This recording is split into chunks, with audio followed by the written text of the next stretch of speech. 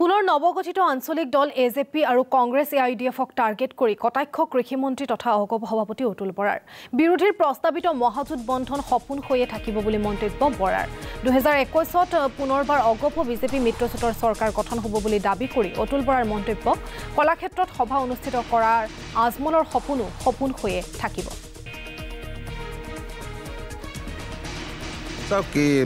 এই কথাবোৰ অসমবাসী ৰাইজে সেইসকল ব্যক্তিৰ পৰা বহুবাৰ শুনিছে। তাতোতকৈ সেইসকলক যিসকলে সংগ দিছে, যি উৎসাহিত কৰিছে, সেইটো আটাইতকৈ উদ্বেগৰ বিষয়। গতিকে তেওঁলোকে কথা ক'ব, তেওঁলোকে ভাবিছে যে এনেধৰণে আমি লগ লাগি পেলাই কংগ্ৰেছ এআইডিএফ বা চ'কল যিবিলাক কংগ্ৰেছ এআইডিএফৰ সৃষ্ট দল লগ লাগি অহাবাৰ তেওঁলোকৰ চৰকাৰ হ'ব আৰু তেওঁলোকে বহুত কাম কৰিব। শংকৰদেৱ কলাক্ষেত্ৰ কি আৰু বহুত কথাই তেওঁলোকে তেনেকৈ ভাবিব পাৰিব। এইবিলাক সপোন হৈ থাকিব।